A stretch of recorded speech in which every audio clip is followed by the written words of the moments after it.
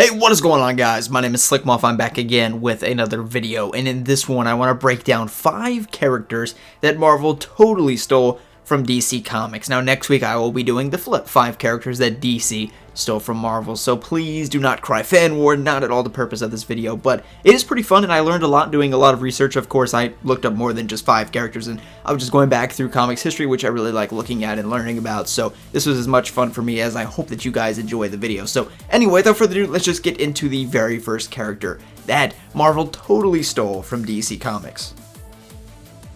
Deadpool was created by Rob Liefeld in 1991 and was a parody to the DC character Slade Wilson.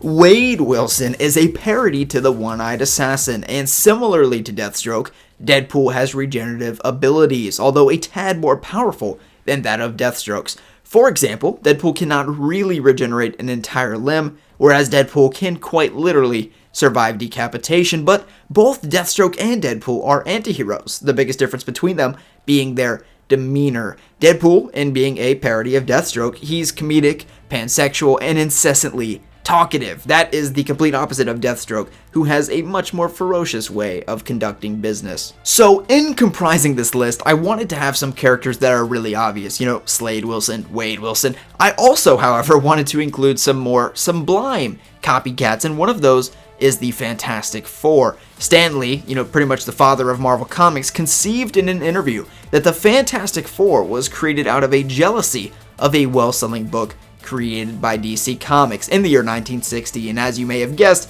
this book was titled Justice League of America, and less than a year later, Marvel created their own team of superheroes called the Fantastic Four. At the time, the Justice League had 5 members, thus, you know, the Fantastic Four to distinguish themselves from DC Comics, and actually, interestingly enough, the Justice League, that 5 members, Batman and Superman, were not a part of that. They would come on to be a part later. The point is, Fantastic Four is their own take on having 4 superheroes in a team rather than 5 with the Justice League at the time. So one theme that you may notice throughout this video is that there is often very little lag time in the creation of copycat characters. This is true for our next 2 copycats, that being Clayface, a Batman antagonist put back into the forefront by the legendary game Batman Arkham City. Clayface was actually created way back in the 1940s, but basically, at that point, he was a dramatically different character. For example, today we would not recognize him because he did not receive many of his iconic character traits, i.e. shapeshifting, his main ability, until 1961 when he was revamped.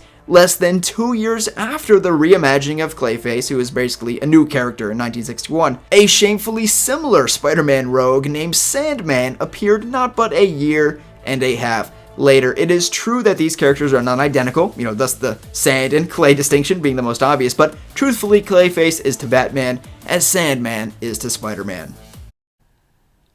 There's nothing to be said here.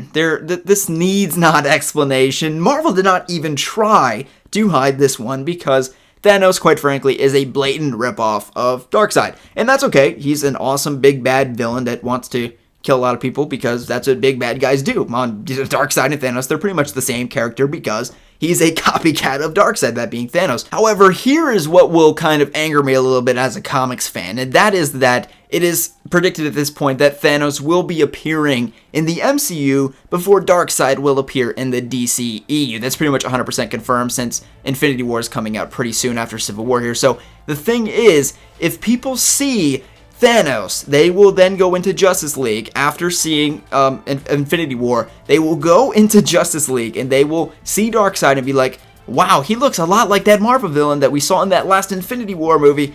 Wow, DC's trying to copy Marvel, etc.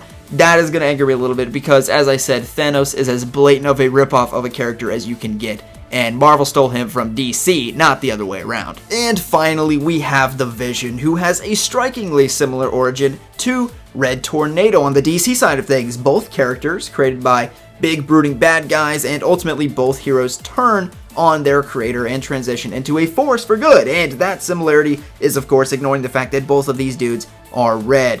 So yeah, Vision's basically a copycat character, but at least they did not name him Red Vision. That would have been even worse. Anyway, guys, I hope you all have enjoyed the video, and if you did, feel free to give it a thumbs up. This is just a fun video for me to do, not at all trying to start a fan war, as I suspect it will in the comments anyway, and I look forward to reading those comments. In fact, fan war comments are some of the most fun to read, and I get the most hate comments from fan war type stuff, particularly when I say I like Batman v Superman. People do not like that one bit. Anyway, hope you all have enjoyed the video, and we'll see you in the next one.